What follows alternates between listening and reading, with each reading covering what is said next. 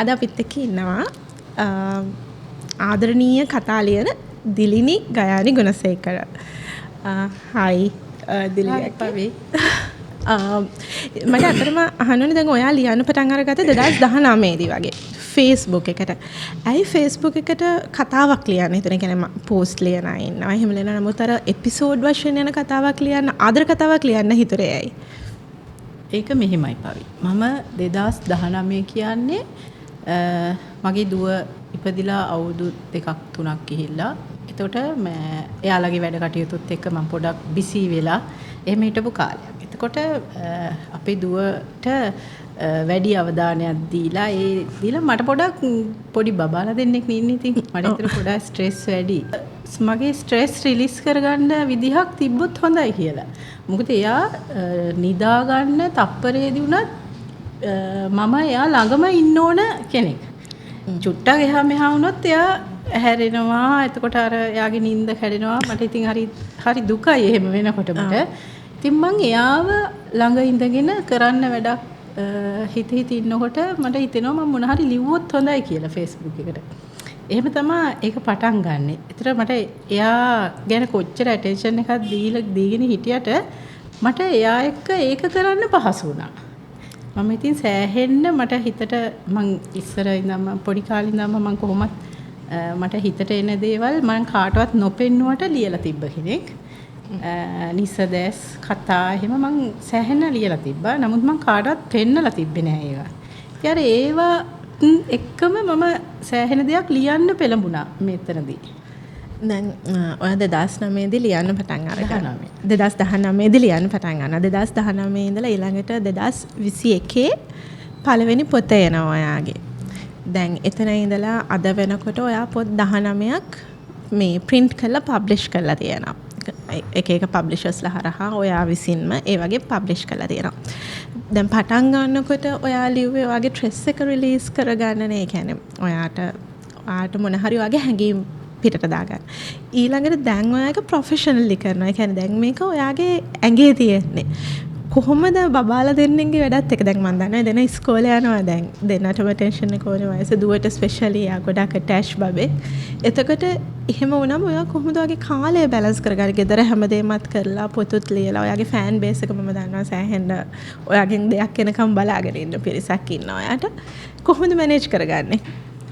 ඒක මෙහෙමයි. දැන් බබාලා දෙන්නගෙන් නම් ලොකු කරදරයක් මට නැහැ. මුල් කාලේදී නම් එයාලා චුටක් පොඩිනේ. ඒතර මම ගොඩාක් රැයට තමයි මගේ නිින්ද කැප කරලා පැය ගාණක් අරගෙන එහෙම. එතකොට ඒ කාලේ මම බාහිර වැඩ කිසිම දෙයක් නැහැ. ගෙදර මගේ කතා ටික ලියනවා, අනිත් පවුලේ වැඩ කටයුතු ඒවා. ඒතර මට ඒක ලොකු අමාරුවක් නැහැ. හැබැයි මගේ පළවෙනි කතාව ඒක මම තාම පොතක් කරලත් ඒක අර මං කියවනේ ස්ට්‍රෙස් රිලීස් කරගන්න ලිව් එකක් කියලා. ලිව් එකක් නේ. ඒතර මට ඒක පොතක් කරන තැනක නැහැ. ඒක මම නිකන් ලියපු කතාවක්. මම මේ නිකන් ඉන්නවට ඊට පස්සේනේ මගේ පාඨකයෝ මගෙන් බලාපොරොත්තු වුණා තව එකක් ලියන්න කියද්දි මං හිතුවා දැන් මං අර විදිහට නෙවෙයි මං ටිකක් හොඳට මම ලියන දේ ගැන හොඳ අවධානයක් දෙන්න ඕනේ කියලා. එහෙම තමයි 2-3 ආවේ. එතකොට පළවෙනි කතාව 2019 නෑ 2021 මගේ පළවෙනි පොත ආපු එක මේඝ වර්ෂා.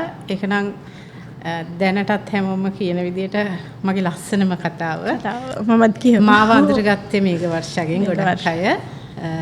ඒක මට හරි වාසනාවක් වගේ වුණ කතාවක්.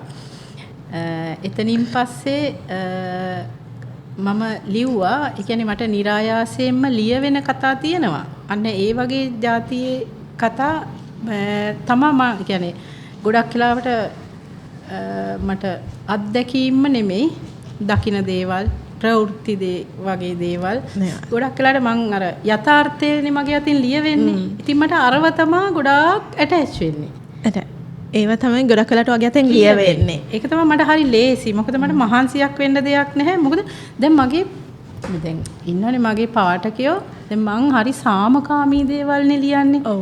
එතකොට එතනින් එහාට පොඩ්ඩක් මොන හරි ලිව්වොත් ඔයා මෙහෙම ලියන කෙනෙක් නෙමෙයි නේද කියලා හරි ඉක්මනට අහන පාඨක පිරිසක් තමයි මට ඉන්නේ. ඔයා ඉතින් එකපාරක එකලගේ හිත කැඩුවා නේද සෑහෙන්න. සෑහෙන්න කඩලා මං ඒ කතාව මග නවත්තලා තියෙන්නේ. මට ඒක එතනින් එහාට ලියා ගන්න බැරි වුණා.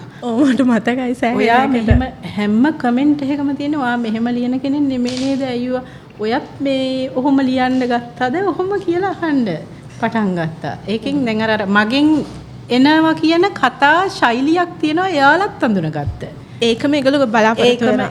ඒක හරි සාමාන්‍යයි. ඒගොල්ලෝ කැමති ඒක එහෙම එනවට. මොකද අර ත්‍රිලර් කතා ලියන අයගෙන් ඒගොල්ලෝ ත්‍රිලර් කතාමයි බලාපොරොත්තු. හොරර් ලියන අය හොරර්මයි. අන්න එහෙම එකක් තියෙනවා. ඒතරම හරි සාමකාමී පුද්ගලයෙක් කියලා තමයි මිනිස්සු අඳුරගෙන තියෙන්නේ. ඇත්තටමත් එහෙම තමයි. ඔව්. හරි ආදරණීය චරිතයක් ලියන්නේ ආදරණීය කතා. ඉතින් ඒක තමයි බලාපොරොත්තු වෙන වගේ ෆෑන් බේස් එක. ওই ෆෑන් බේස් එකේ මේ ඉල්ලීම් වලට වදයක් වෙලා නැද්ද කියන්නේ? දැන් ඕක කොහොමද වල බලපාන්නේ? දිගටම ෆෑන් බේස් එකේ එන්න වගේ වැඩි වෙනවා. ඒගොල්ලොන්ගේ ඉල්ලීම් වලට තමයි දැන් ලිය වෙන්නේ ගොඩක් වෙලාවට. ඔය ආස දේවල් වගේම ඒගොල්ලොන්ගේ ඉල්ලීම්. ඕක කොහොමද මැනේජ් කරගන්නේ? ඒක දැන් එයාලා ආස දේවල්මත් නෙවෙයි. දැන් මම සාමාන්‍යයෙන් ප්ලොට් එකක් හදා ගන්නවානේ. එතකොට මම ලියන් යන දෙයට ඒගොල්ලෝ ආස වෙනවා. ඒක අර එයාලත් කියනවා සමහරලාට මේක මෙහෙම වුණොත් හොඳයි මෙහෙම වුණොත් හොඳයි කියලා. ඒ වෙලාවට මාත් කල්පනා කරලා බලලා දැන් මට වෙනස් කරොත් හොඳයි කියලා හිතන තැන් වෙනස් කරනවා. එයාලගේ දැන් මම ලියන්නේ ඒගොල්ලොන්ව සතුටු කරන්නනේ ඇත්තටම. මගේ සතුටත් මට ඒක අර මම ලියන ප්ලොට් එකත් වැදගත් තමයි. නමුත් එයාලගේ කමෙන්ට් එක සමහරලාට මට මාරම සන්තෝෂයක් ඒක. අර දැන් අපි කමෙන්ට් බල ලියන කට්ටියන්නේ අපි දැන් කෙලිම පොතක් පිට කරලා එහෙම අය නෙමෙයි. ඒතර අර කමෙන්ට් එක වැදගත්. ඉතින් මේ මං හිතනවා එයාලා කැමති දේත් ලියන එක එතකොට අර අපි ඒගොල්ලෝ දෙගොල්ලොම තෘප්තිමත් නේද? දැන් ඔය අපි එපිසෝඩ් කතාවක් Facebook එකේ ලියනකොට ලයික් එකක් කමෙන්ට් එකක් ඉන්ස්ටන්ට් හම්බ වෙනවා. ඒ කියනවා දන්නවා කී දෙනෙක් ඔය කතාව කියවනවද කී දෙනෙක් ඔයාට මොනවාද කියන්නේ ඔය හැමදේම කතාව දාලා පැයක් දෙකක් ඇතුළත ඔයා දන්නවා. නමුත් දැන් පොතක් print කරලා එළියට දානකොට ගොඩක් වෙලාවට ඔයාට ඒ කමෙන්ට් එක හම්බෙන්නේ සෑහෙන කාලයකට පස්සේ. ඕක ඔයාට මේ කොහොමද බලපාන්නේ? and ඔයාට හම්බෙච්ච ඉන්ට්‍රස්ටිංම කමෙන්ට් එක මොකද්ද? ඒ කියන්නේ මම දන්නවා ගොඩක් වෙලාවට කෝල් කරලා කතා කරලා කියනවා මෙහෙමයි කියලා. මොකද්ද ඔයාට හම්බෙච්ච හොඳම කමෙන්ට් එක? ඉන්ට්‍රස්ටිංම කමෙන්ට් එක කියලා මම එතනින් පටන් ගන්නම්. ඔබ අහසක්. ඒ කතාවේ ඇවිල්ලා මේන් කැරක්ටර් එක මම කතාවෙන් අයින් කරනවා තැනකදී. ඉතින් අර මම ඒක කොහොම හරි Facebook ගිය කතාවක්. ගිය කාලෙත් මං ඉතින් මමත් අඬ ලිව්වා බලපොයත් අඬ බැලුවා. අන්තිමට බලපුව මමත් ඇඬුවා. අන්තිමට ඔය බැලුවද? ඔව් මමත් ඇඬුවා. මං ඔය කියව මං ඔය කතාව කියවනකොට මං ඇත්තටම කල්පනා කරා අයියෝ මට ඔළුව කැක්කුම හැදලා හිටිය සතියක් විතර. ඒක ලියලා අන්තිම කොටස ලියලා. ඒ කියන්නේ ඔයා කියන්නේ ඒකේ අන්තිම කොටස මං එහෙම නෙමෙයි ලිව්වේ. ඒ දෙන්න සන්තෝෂයෙන් ඉන්නවා. ඒ අන්තිම කොටසේදී තමයි ලියලත් මකල මං ඒක වෙනස් කරා. මං ඇයි මේ වෙනසක් දෙන්නේ නැත්තේ කියලා ඒ මයින්ඩ් එක මට දැම්මේ මේ සංජීවනී අක්කා. නංගි ඔයා ඕක වෙනස්ම කතාවක් කරන්න කියලා කිව්වා. කොහොම හරි එතනදී පොත අවුට් වුණාට පස්සේ මට සෑහෙන්න කෝල් පැය දෙක තුන කතා කරා මිනිස්සු. ඔයා මේ දැන් ඒකේ සාමාන්‍යයෙන් දැන් ඒකේ කතාවේ තියෙන්නේ මේන් කැරක්ටර් එක මැරෙනවා චරිතේ. පිරිමි ළමයා මැරෙනවා. එයාගේ වයිෆ් බබාව හදාගෙන අවුරුදු ගානකට පස්සේ එයා තව කෙනෙක්ව මැරි කරනවා. ඒකට ලොකු හේතුවක් තියෙනවා. මම හේතුව කියන්නේ ලොකු හේතුවක් තියෙනවා. නමුත් මට කෝල් කරපු සමහර අය කෝල් කරලා කිව්වා මේ මගේ මහත්තයාත් නැති වෙලා හැබැයි මම නම් ඒ වගේ වෙන කෙනෙක් එක්ක මැරි කලේ නැහැ. මේ ඊට පස්සේ තව අය කිව්වා මම අන්තිම පිටු ටික ඉරුවා. තව අය ස්ටේප් කරා කිව්වා. එච්චර කේන්ති එක ගැන. ඔයා ඊළඟ print එකේදී මේකේ අවසානයේ අනිවාර්යෙන් වෙනස් කරන්න ඕනේ. මට ඒක තරම් කමෙන්ට් හම්බෙලා නැහැ වෙන කිසිම පොතකින්. අනිත් එක නොලියවුණු කතාවක්. ඒකෙත් කියන්නේ ටොක්සික් තාත්තා කෙනෙක් ඉන්න කතාවක්. ඒකෙදී අර ගොඩාක් අය කතා කරලා චරිතේ තාත්තම තමයි ඒකේ ප්‍රබලම චරිතයක්. තාත්තටම තමයි හැමෝම කිව්වේ මේ වගේ සමහර අය කිව්වා අපේ තාත්තා වගේමයි ඔයා අපේ තාත්තා දිහා බලන් ලියලා තියෙන්නේ. එහෙම කියපු අය හිටියා.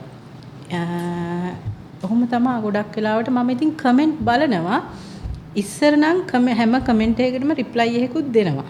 දැන් නම් ගොඩක් ඒක මගහැරනවා. මං ඉතින් එකකින් දානවා මං හැම එකම බලනවා කියලා. අර වෙලාවත් එක්ක තමයි එතන දැන් අපි ඒක කරන්න ගියා නම් අපිට ඊළඟ එපිය ලියා ගන්න තියෙන ටයිම් එක තමයි මදි වෙන්නේ. ඇයි මොකද දැන් මේ දවස්වල මේ කාලේ නම් මම දවල් වෙලාව මට ලොකුවට ගන්න පුළුවන්. මොකද බබාලා දෙන්නම ඉස්කෝලේ. ඒ දෙන්නම ඉස්කෝලේ යලා එනකන් මට ඒක ලොකුවටම ගන්න පුළුවන්. ඒක මට ලොකු මේ නිදහසක්. ඉතින් රැට නිින්ද නැතුව ඔය කතා ලියන්න එහෙම කිසිම හදිස්සියක් වෙන්නේ නැහැ. හැබැයි අරගොල්ලොන්ගේ ඉල්ලීම් අද දෙන්න අනේ හෙට දෙන්න කියන එක තමයි ඉෂ්ට කරන්න තවම මට බැරි වෙලා තියෙන්නේ. දැන් ඔය ලයික් ඇන් කමෙන්ට් එක මේ එන්න පරක්කු වෙන විදිහ දැන් පොතක් print වෙනකොට ඕක එන්නේ ඔයාලට සමහරක් කරලා මාස කීපයකට පස්සේ කෙනා ලියපු කතාව අවුට් වෙලා පොත විකිනිලා එහෙම වුණාට පස්සේ ඒක ඔයාට ටිකක් අර දැන් Facebook එකේ ලියලා ඉන්ස්ටන්ට් කමෙන්ට් එකක් ලැබෙන එක පුරුදු වෙලා අරක පරක් කරනකොට වගේ නිකන් ඔන්න මගේ පොත හොඳද නැද්ද කියලා වගේ එක පරිශක්තියක් එන්නේ නැද්ද? නැහැ මට එහෙම හිතෙන්නේ නැහැ. මොකද මම සාමාන්‍යයෙන් Facebook නොලියා කරපු පොත් තිබ්බා. ඒක තමයි. ඒ නිසා දැන් පොත් සාමාන්‍යයෙන් ගන්න පිරිසත් එක්ක බලද්දි මං හිතනවා ඒගොල්ලෝ එහෙම නොකියුවත් එයාලා පොත කියෝලා දැන් අර සතුටු වෙලා ඇති කියලා. නැත්නම් ඔයා මේක මෙහෙම ලියලා හරි නෑනේ කියන දේ හරි ඒගොල්ලෝ කියනවනේ. ඒගොල්ලෝ කියන. අනිවාර්යෙන් ඒ කමෙන්ට් එක ගොඩක් වෙලාවට හම්බ වෙනවා. අර හොඳම නැත්තම් අපෝ ඔයාගේ මේ පොතට මං කැමති නෑ කියන කතාව ඒක කියනවා. අර අකමැති නම් කියනවා ඒගොල්ලෝ ගොඩක්. මේක හරියන්නේ නැහැ මේක මගේ ටේස්ට් එකට හරියන්නේ නැහැ. ඒක එහෙම එකකට එහෙම කිව්වා මගේ පොතකට මම පොතේ නම කියන්නේ. කියන්නේද නම? නෑ ඒකේ තියෙන්නේ මේ ඒක අර මේ මේන් කැරක්ටර් එක ටිකක් හරි දරතඩුයි. එයා කිසිම එයාගේ හැඟීම් වචනකින්වත් ප්‍රකාශ කරන්නේ නැති චරිතයක්. ඉතින් අර හැමෝම ඒක බලපුවා කිව්වා අයියෝ මෙයා වගේ නම් මේ හරියන්නේ නැහැ මෙයා නම් හරියන්නේ ඒ වගේ පිරිමියෙක් අපිට හරියන්නේ එයා නම් හරියන්නේ නැහැ කියන එක ඒගොල්ලෝ කිව්වා මම මේකට එයා නිසා මං ආස නැහැ කියලා කිව්වා හැබැයි අන්තිමට යද්දි ඉතින් එයා හරි හොඳ වෙනවා එතකොට එතකොට අර හිත කැඩෙන ටික කැඩිලා ඉවරයි මුලදී බලලා කියන අය ඉන්නවනේ අන්තිම නොකියවා මුල කියවනකොට අයියෝ යා මේ මොකදානේ මේ කරලා තියෙන්නේ කියලා සමහරලාට කියනවා ඊට පස්සේ අන්තිමට යද්දි කියනවා මේ මං හිතුවේ එහෙම දෙයක් නෙමෙයිනේ අනේ කියලා එහෙම කියනවා. ඒක හරිය මේ ඉන්ටරෙස්ටිං. ඔව්. ඉතින් අර කමෙන්ට් එකක් නැති වුණත් මට ලියන්න ඒක බාධාවක් නෙවෙයි ඇත්තටම. පොතේට රිවිව් එකක් දානවා මේ යන විදිහට මේ කතාවට මේ වගේ කමෙන්ට්ස් එන්න පුළුවන් කියන එක මගේ ඔළුවට රෙජිස්ටර් වෙලා තියෙනවා. ඒක පොඩිවත් මට මේ ගැටලුවක් වෙන්නේ නැහැ කොතනකදීවත්. ඔයා ගොඩක් වෙලාට ලියනක මේ හරි සෙන්සිටිව් කතා. ඒ කියන්නේ මම දන්නා දැන් මම ප්‍රී රීඩ්ස් කරලා තියෙන පොත් සෑහෙන ප්‍රමාණික වගේ මමත් කතාව කියවනකොට භාගයක් දුර යද්දී අඬලා තමයි කතාව ඉවර කරලා ඊළඟට කතාව ආපහු පටන් ගන්නෙ. ගොඩක් වෙලාවට අර සමාජයේ අපි එක්ක කතා කරන්නේ නැති කෑල්ලක් නැත්නම් හරි සෙන්සිටිව් කෑල්ලක් පොතේ වගේ තියෙනවාමයි. හැම පොතකම වගේ එක තියෙනවා. මට තාම මතකයි අර ඩිෆරන්ට්ලි ඒබල් දරුවගේ කතාව. ඔව් ඒක ඇත්තටම මට හරි ෂොක් එකක්. මොකද මම පොඩි ළමයික වැඩ කරපු කෙනෙක්. ඉතින් මට හරිම ෂොක් එකක් ඒ ළමයට එහෙම අබියුස් වෙච්ච එක. මොකද මම එහෙම අබියුස් වෙච්ච ළමයි දැකලා තියෙනවා. ওই වගේ කතා ඔයා සමාජයට දෙන්න ඒ කියන්නේ දෙන්නේ මොන හරි පණිවිඩයක් දෙන්නද නැත්නම් එහෙම නැත්නම් ඒක ඔයා දැකපු දෙයක් ඒ කියන්නේ අර කලින් කිව්වාගේ ප්‍රවෘත්තියක් ඒ වගේ දෙයක් තව ඉස්සරහට දෙන්නද ඒ වගේ දෙයක්ද? ඇත්තටම මට ඕනෙත් සමාජයට මොකක් හරි පණිවිඩයක් දෙන්න. මම හැම පොතකින්ම ඒක මේ ඒ කියන්නේ මං හිතන්නේ හැමෝම ඒක කරන්න ඕනේ කියලා. මොකද සාමාන්‍යයෙන් අපිට ලියන දෙයක් ලියන්න පුළුවන්. එහෙම පණිවිඩයක් දෙන්න ඕනේ නැහැ. නමුත් මම පෞද්ගලිකව හිතනවා මගේ පොතක් කියවලා එයාලා තව පොතේ ආදර කතා අපි ලියන්නේ කොහොමද ආදර කතානේ ආදර කතාව වෙනම එයාලා රස විඳපු දෙයක්. නමුත් ඒකෙන් තව දෙයක් මේ සමාජයේ මේ වගේ දේවල් සිද්ධ වෙනවා කියන එක එයාලට සමහර විට මිනිස්සු දන්නේ නැති වෙන්න පුළුවන්. ගොඩාක් අය ওই පාඨසරුංගල් කියවලා අම්මෝ මේ වගේ දේවල් සිද්ධ වෙනවා. හැබැයි අර ප්‍රවෘත්තිවල ඕවා පෙන්නනවා තමයි. නමුත් ගොඩාක් අය හිතන්නේ නැහැ ඒක ඔව්. ඒකම තව අය ඒ විදිහෙම සිද්ධියාලාගේ පැත්තේ මෙහෙම වුණා කියලා එහෙම සෑහෙන මට මේ මෙසේජ් ඇවිල්ලා එහෙම අත්දැකීම් වෙනවා කියන මගේ අර මේඝ වර්ෂායකෙත් එහෙම එකක් තියෙනවා. මොකද මේ වර්ෂා කියන දරුවා ඇවිල්ලා එහෙම අම්මෙක් තාත්තෙක්ගේ දරුවෙක්. එයා අම්මා තාත්තා හොයාගෙන යනවා බලද්දි තාත්තා මේ තමන්ගේම ඥාතියෙක් තමා මේ දරුවව රේප් කරලා මෙහෙම දරුවෙක්ව හම්බෙලා එහෙම දෙයක් සිද්ධ වෙලා තියෙන්නේ. ඉතින් අර අපි නොහිතන දේවල් සිද්ධ වෙනවානේ කියන්නේ ගොඩාක් අපි හිතනවානේ දරුවෝ පවුල ඇතුළේ හරිම ආරක්ෂාවෙන් ඉන්නවා ආරක්ෂාකාරී කියලා. ඒතකොට සමහරවිට එහෙම පවුලෙන්ම තමයි වෙන්න පුළුවන්. ගොඩක් වෙලාවට ළමයි අබියුස් වෙන්නේ පවුල ඇතුළෙම නැත්නම් ළඟම දරුවෝ ට්‍රස්ට් කරන කෙනෙක්. ඥාතියෙක් හිතවතෙක් සහෝදරයෙක් හරි එක්කෝ එහෙම වෙන්න පුළුවන්. ඔව්. ඉතින් මම අර ඒ හැම කතාවකම මගේ ගන්න පුළුවන් දෙයක් තියෙනවා. ඒ කියන්නේ මම ඒක ලොකුවට කියනවා නෙමෙයි. නමුත් මම ඒක ලියනකොට මට ඇත්තටම හිතිලා තියෙනවා. මම ඉතින් මිනිස්සු සල්ලි දීලා ඇත්තටම පොතක් ගන්නේ යම් දෙයක් බලාපොරොත්තු වෙන්නේ. එයාලා මානසික සුවය වගේම එකෙන් අර දරුවෙකුට උනත් කියෙව්වොත් අත්දැකීම කාගේ හරි අත්දැකීමකින් එයාලට මේ ජීවිතේට මොන හරි දෙයක් ගන්න පුළුවන් වෙන්න ඕනේ. ඒකයි. නැත්තම් ඒ පොතෙන් ඒගොල්ලෝ ගෙවන ගානට එකකින් සමහරට ඒක වැඩක්. ඔව්. ඒගොල්ලෝ මෙහෙම ඒක අර ආදර කතාව හරි ලස්සන නිසා 10 පාරක් 20 පාරක් වුණත් කියවන්න පුළුවන්. ඒකත් එක තව මොන හරි දෙන්න තියෙනවා නම් ඒක හොඳයි නේ ඉතින්. මට එහෙම හිතලා තියෙනවා ඉතින්. ඔයා දැන් මේ ඔයා ලියන ගමන් ඔයා අනික පොත් කියවනවා. ඔව්. මේ දවස්වල මොනවාද ඔයා සාමාන්‍ය කියවලා තියෙන ඔයාට හිතිච්ච ඔයාගේ හිතට වැදිච්ච කතාව තියෙනවද කාගේ හරි කතාවක් මේ ඔයගේ මිතුරියන් පිරිසගේම හරි නැත්නම් සෑහෙන වගේ යාළුවෝන්ගේ පොත් වගේම සෑහෙන අනිත් රයිටර්ස්ලාගේ පොත් කියවනවා. ඒ කියන්නේ ගිය මේ පහුගිය ගෙවුණු කාලය ඇතුළේ ලොකුවට පොත් කියවන්න හම්බුනේ නැහැ. මං සාමාන්‍යයෙන් මට අර මං දැන් කතාවක් ලියන්න පටන් ගත්තාම ඒකට බාධාවක් නොවන જાතියේ පොත් හම්බුනොත් මං ඒක කියවනවා. ඒකයි මං ආසම කතා ඉතින් කීපයක් තියෙනවා. එහෙම එකක් කියන්න බෑ. නිකන් ඔයාට මෙහෙම හිතිච්ච කතාවක් තියෙනවද මේ කතාව කියවනකොට අපරාධ මේ ප්ලොට් එක මට ලියන්න තිබ්බා වගේ කියලා හිතිච්ච එකක්. නිකන් මට මං ආසයි මට ඊර්ෂ්‍යාවක් ඇති වෙච්ච වගේ කතාවක් තියෙනවද? මට එහෙම හිතෙන්නේ නැහැ හැබැයි. එහෙම මට හිතෙන්නේ නැහැ. මට හිතෙනවා ඉතින් අර එයාලා දැන් මේකයි එකම ප්ලොට් එක වුණත් අපිට දැන් ඒක ඔයා ලිව්වොත් වෙනස් විදිහකට ලියයි. ඒක දැන් මට වුණත් ඒ ප්ලොට් එකම මට ලියන්න පුළුවන් තව කාගේ හරි පොතක. මං කැමති සිද්ධි දාලා ඒ දැන් වෙනස් කරලා එහෙම ලියන්න පුළුවන්. ඒක බැරි කමක් නැහැ. අර ඒක එක එක්කෙනා ලියවෙන විදිහ අනුව තමයි ඒ ප්ලොට් එකේ රසයයි කතා රසයයි හැමදේම ඉස්මතු වෙන්නේ. තම තමන්ගේ අර ප්‍රමාණයක් තියෙනවනේ. මට පුළුවන් ප්‍රමාණය තමයි මම ලියන්නේ. ඒතකොට මං ලියන කතාව ඔයාට දුනොත් ඔයා ලියයි ඒක ඔයාට පුළුවන් ප්‍රමාණයෙන් ලස්සනට වෙනස්ව විදිහකට. ඒක එකම ප්ලොට් එක වුණාට ඒක අර එක එක විදිහට එද්දි එහෙම මේ කිසි ප්‍රශ්නයක් නැහැ හැබැයි. දැන් ඔයා පොත් 19ක් ලියලා තියෙනවා මේ අවුරුදු 5ක් වගේ කාලයක් ඇතුළත. ඒ කියන්නේ print කරලා දෙනවා. කොහොමද ඔයා එකිනෙකට වෙනස් subjects balance කරගත්තේ? කියන්නේ දැන් 19 කියලා කියන ලොකු ප්‍රමාණයක එකකවත් එකම විදිහේ කතා නෙවෙයි තියෙන්නේ. ඒකට කතා තේමා 19ක් තියෙනවා. කොහොමද මේක balance කරගෙන ලියාගත්තේ? ඒක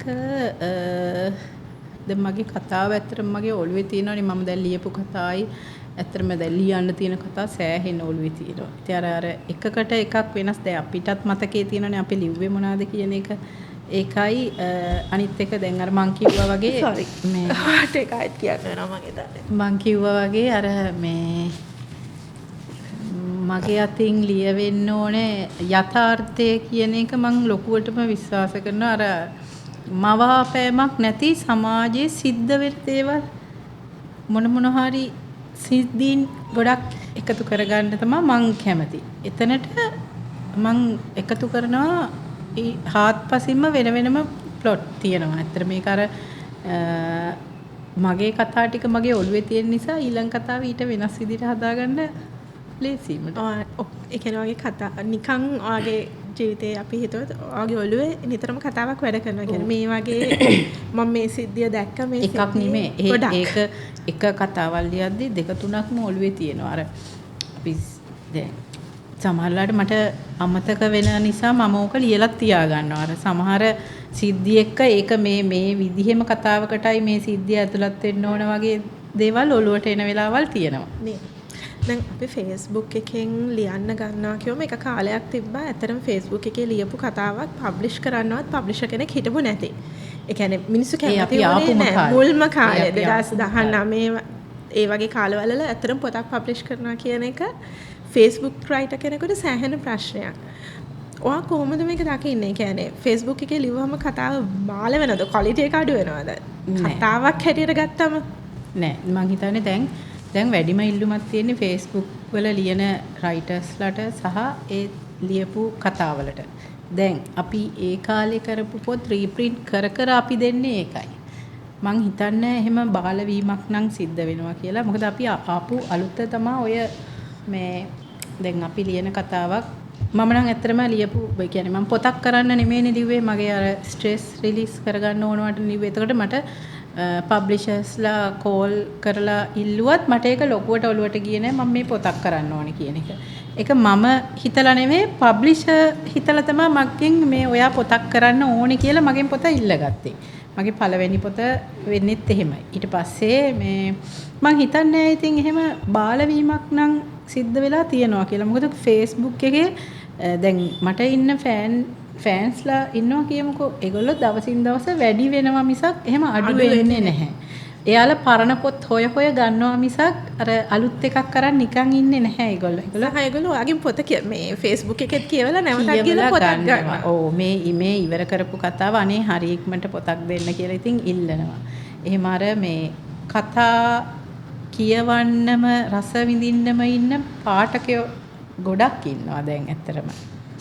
මේ වගේ කාලයක එහෙම කට්ටිය පොත් හරි අඩුයි ඉතින් ඒක අර මේ අමාරු කාලයක් ඇත්තට මේ නමුත් ඒගොල්ලෝ يعني අපි විසින් අපිව තෘප්තිමත් කරගන්න ඕනේනේ ඇත්තටම අපි මම ආස දෙයක් තියෙනවා ඔයා ආස දෙයක් තියෙනවා ඉතින් අර මාව මේන්ටේන් කරනවා වගේ ඒ කියන්නේ දැන් මම ආස දේ මම ලස්සනට ඉන්න ආසයි නම් මම සැලෝන් යනවා කොණ්ඩේ හදනවා ඒවා මේවා කරනවා වගේ මගේ හිත සතුටින් තියන්න ආසයි නම් ඒකට ඕනේ කරන්නේ මොනවාද කියලා බලලා මම ඒක කරනවානේ. අන්න ඒ වගේ තමන්ව කැමැත්තෙන් තමන්ව සන්තෝෂෙන් තියන්න පුළුවන් ආස පාඨකයෝ පිරිසක් මම හිතන්නේ ඉන්නවා. ඒකට ලැබිලා ඉන්නවා. ඔව්. අපි හිතුවා දැන් මේ පහුගිය අවුරුදු 5-6 ඇතුළත බුක් ෆෙයර්ස් වල හැම එකකම වගේ වයින්දලා තියෙනවා. ඔයාලට මොකද හිතන්නේ පොත් කියවන අය වැඩි වෙලා තියෙනවද අඩු වෙලා තියෙනවද? ඔයාගේ අත්දැකීම අනුව දවසින් දවස මම හිතන්නේ ඒක නම් වැඩි වෙනවා පවි. ඒක මේ දැන් අපි ගත්තනේ අර කොරෝනා වලින් පහුවෙලා අමාරු කාලේ කිව්වට කවදාවත් අපේ පාඨකයෝ නම් අඩු වෙලා හිටියේ නැහැ. එයාලා ඒ කියන්නේ හොයාගෙන අපේ ස්ටෝල් එක හොයාගෙන ඇවිල්ලා පොත් අරගෙන යන්නේ. ඒ අරගෙන යනවා විතරක් නෙමෙයි සයින් එක අරගෙන ෆොටෝස් අරගෙන අපිට කන්න බොන්න ගෙනත් දීලා ඒක මං හිතන්නේ එහෙම ඒගොල්ලෝ මේ පොත් කියවන එක නවත්තලා දෙන සමහරලාට අර මේ ඒගොල්ලෝ මම අර කිව්වා වගේම අර තමන්ගේ සන්තෝෂේ තමයි වැදගත් වෙන්නේ නේද? අර කොච්චර ප්‍රශ්න තිබ්බත් මිනිස්සු තමන් ආස දේ කරන්න පෙළඹෙනවා. ඒකෙන් තමන් සන්තෝෂ වෙනවා. මං හිතන්නේ එහෙම අඩු වෙලා කියලා. එන්න වැඩි වෙනවා විතරයි වෙන්නේ. අපේ සමහරලාට අපේ ස්ටෝල් එකේ ඇඟිල්ලක් ගන්න ඉඩ නැති වෙනවා. දවස් තියෙනවා. ඔව්. ඒක හරි. අක දැන් ගොඩක් අලුතෙන් අය ලියනවනේ. දැන් ඕගොල්ලෝ එක කාලයක් ලියුවා. දැන් එන්න වැඩි වෙනවා. Facebook platform එක කියලා කියන ඕනද කෙනෙකුට ඕනම දෙයක් ලියන්න පුළුවන්. අලුතෙන් එන රයිටර් කෙනෙක්ට ඔයාට මොනවද කියන්න පුළුවන්? ඒ කියන්නේ මොනවද දෙන්න පුළුවන් ඇඩ්වයිස් එක? පොතක් පබ්ලිෂ් කරනවා නම් හරි කරන්න හිතාගෙන ඉන්න කෙනෙකුට මොනවද වගේ දෙන්න පුළුවන් ඇඩ්වයිස් එක? Facebook එකේ ලියනවා නම් මම මුලින්ම කියන්නේ හරි තමන් කැමති දේ ලියන්න ඕනේ. හරි සාමකාමීව ලියන්න ඕනේ. ඒකයි ඉතින් පොතක් පබ්ලිෂ් කරනකොට ඉතින් අර තියෙනවා ඉතින් ස්ටෙප් බයි ස්ටෙප් දැනගන්න ඕන ටිකක් තියෙනවා. ඉතින් අර Tamanට කරන්න පුළුවන් නම් ඒ දේවල් එහෙම කරාට ඉතින් ඇත්තටම දැන් අර ඔයා කිව්වා වගේ හරි දක්ෂ ළමයි ඉන්නවා කතා බලපුවාම මේ අම්මෝ මේ ළමයි කොහොම මෙහෙම ලියනවද කියලා හිතන තරම් දක්ෂ අය ඉන්නවා හරියට කරුණු හොයලා එහෙම ලියන අය. ඉතින් අර ස්ටෙප් බයි ස්ටෙප් ගිහිල්ලා Tamanට පුළුවන් ප්‍රමාණයේ දේවල් කරනවා නම් ඉතින් මම කැමතියි. දැන් අපි ආවෙත් එහෙමනේ නේද? ඔව්. අපි අඩියෙන් අඩිය තමයි මෙතනට අපි කෙලින්ම මෙතනට ඇවිල්ලා නැහෙනේ. ලියන්න පටන් ගත්ත එකෙන් ඔයාට ලැබිච්ච හොඳම දේ මොකක්ද? හොඳම දේ කියන්නේ මට සෑහෙන වටිනාකමක් ලැබිලා තියෙනවා. ඇත්තටම හොඳම දේවල් තමයි ලැබිලා තියෙන්නේ නේද? මට එහෙම අපි දැන් මං ආයේ ප්‍රශ්න පොඩ්ඩක් හරි ගස්සන්නම් හරිද?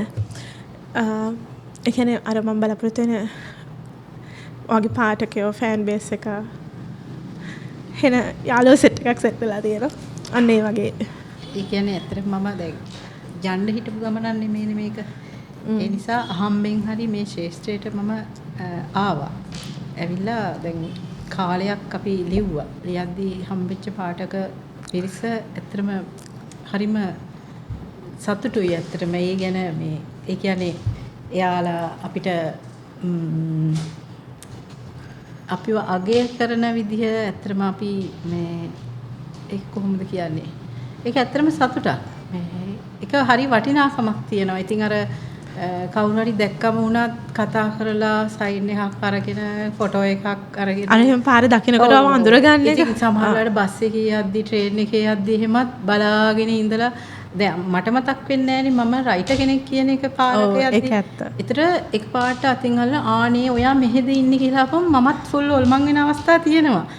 මේ ඉතින් අර සමහරවිට මං හිතනවා මොකද මෙයා මන් දිහා මෙහෙම බලන් ඉන්නේ මම මගේ යාළුවා එක්ක ගමනක් යද්දිත් ඒක කියලා තිනවා මේ මන් දිහා කන්න වගේ බලන් ඉන්නේ මොකද අන්න එහෙම ළඟට ඇවිල්ලා කතා කරන ඉතින් හරි සන්තෝෂයි ඒක මේ අපි මම නොහිතපු දෙයක් ඒක ඇත්තටම ඒක මේ හරි වටිනවා ඉතින් මම ශාස්ත්‍රයේ ප්‍රවීණය අඳුනගත්තා ඒ කියන්නේ දැන් අපි පොඩි කාලේ අපේ මේ අපි ආස වෙලා හිටපු ඔව් අපි ආසාවෙන් කියවපු පොත්වල ඒ රයිටර්ස්ලා ඒ මේ ලේඛක ලේඛිකාවෝ ඉතින් අපි අර හරි සමීපව දැන් කටයුතු කරනවා ඒක ඇත්තටම මාරම සන්තෝෂයක්.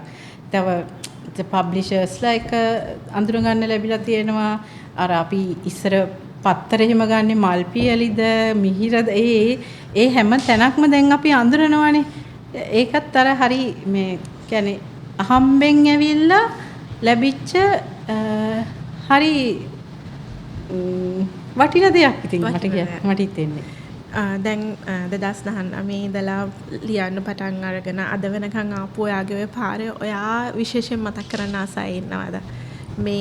මේ කෙනා තමයි මට මේ වගේ දෙයක් උදව් කරේ හරි හයියට හිටියේ හරි ඒ වගේ මොන හරියට මතක් කරන්න කවුරුද ඉන්නවද? මුලින්ම මේ ඒ කියන්නේ දැන් අපි කියවීමට හුරු වෙච්ච තැනක් තියෙනවානේ.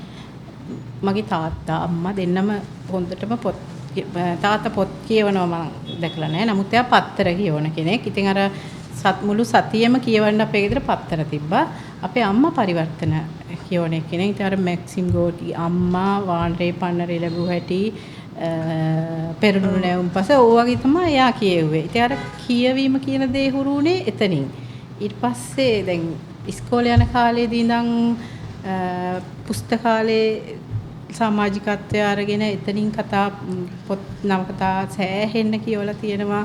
එහෙම කියවීම හුරුුනේ එතනින්. ඊට පස්සේ දැන් මගේ ලොකුම සපෝට් එක දෙන්නේ හස්බන්ඩ්. ඇත්තටම එයා ගෙදරත් මාරම සපෝටිව්. ඉතින් අර හැම වැඩක්ම ඔයා ඕක කරනවා නම් කරගන්න මම එහෙනම් මේ වැඩ ටික කරන්නම් කියලා ගෙදර වැඩ පවා එයා අතින් සිද්ධ වෙනවා. ඉතින් අර හරිම සපෝටිව් බබාලා දෙන්නත් එහෙම තමයි. මේ ගමනේදී මට ඉතින් අර මගේ පළවෙනි පොත එන්නේ නොහඳුනන්නේ පබ්ලිෂර්ස් අනුෂා ප්‍රනාන්දුරංගිගෙන් මම එයාව මතක් කරනවා. එතකොට තව ඊට පස්සේ මම පොත් කරලා තියෙනවා. කොහොම හරි එතන තමයි මට මුලින්ම අඩිය තියන්න ඉතින් අර මගේ පාඨක සියලුම පාඨකයෝ මොකද අවුරුදු 16 17 ඉඳන් 87 88 යන වයස දක්වා ඉන්න පාඨකයෝ පිරිසක් ඉන්නවා. ඉතින් මම එයාලවත් ආදරේ මතක නැහැ. ඒගොල්ලෝ නැත්තම් ඉතින් අපි අද මෙතන නැහැ. ඒ හැමෝම හරි ඉන්ටරෙස්ටිං ඇතිනේ. ඒජ් රේන්ජ් එකක ෆෑන් බේස් එකක් ඉන්න එක. දැන් අර ලයිබ්‍රරි වලින් පොත් කියවන්නේ ඒ අර ගොඩාක් වැඩිහිටි අය. ඉතින් අර ඒගොල්ලෝ හරියට කෝල් කරනවා. ඉතින් හරි අහන් ඉන්න හරි ආසයි. මේ ඔයාගේ අලුත් පොත ආව නම් කියන්න කියලා සෑහෙන කෝල් කරනවා. ඉතින් අර හරි සන්තෝෂයි. ඉතින් මේ එහෙම එතන මේ අවුරුද්දේ අලුතෙන් එන දේවල් මොනවාද ඔයාගේ? අලුතෙන් පොතක් කරන්න හිතාගෙන ඉන්නවද? අලුතෙන් කියන්නේ කැන්ඩි බුක් ෆෙයාර් එකට පොතක් කරන්න හිතාගෙන ඉන්නවා. ඊට අපිට ඉතින් සාමාන්‍ය බුක් ෆෙයාර් එකට ඊට පස්සේ ආයි සෙප්තැම්බර් බුක් ෆෙයාර් එකට පොතක් කරන්න හිතාගෙන ඉන්නවා. ජනවාරි නම් අලුත් එකක් ආවා. ඒක අලුත් කියන්නේ Facebook ගිය කතාවක්මයි. කොහොම තමයි තව ලියනවා කතා ප්ලොට් දෙක තුනක් ඔළුවේ තියෙනවා. ලියනවා මග නැවතිච්ච කතා දෙක තුනක් තියෙන ඒවා අර මම අර කියපු මට්ටමේ මම අලුත් දෙයක් ලියන්න හිතලා චුට්ටක් මහන්සි වෙච්ච තැන් තියෙනවා. අන්න එතනදී චුට්ටක් නැවතිලා අපහු මම හිතලා මේක කරන්න ඕනේ කියලා නැවතිච්ච කතා ටිකක් තියෙනවා. ඒවා කම්ප්ලීට් කරන්න ඕනේ. ඒ වගේ මම හරි ආසාවෙන් ඉන්න ගැමි කතාවක් ලියන්න. ඒකත් බාගෙට ලියලා තියෙන්නේ. අර දැන් ලියන ශානරේ එක්ක ඒක යන්නේ නැහැ. ඒ නිසා අර පොඩක් ඒක අධ්‍යයනය කරලා ලියන්න ඕන එකක් තියෙනවා. එහෙම තමයි බබාල දිනගේ අධ්‍යාපනයේ ඒ ටික තමයි ඉතින් තියෙන්නේ. Thank you very much. එහෙනම් අද ආවට අපිත් එක්ක කතා කරන්න.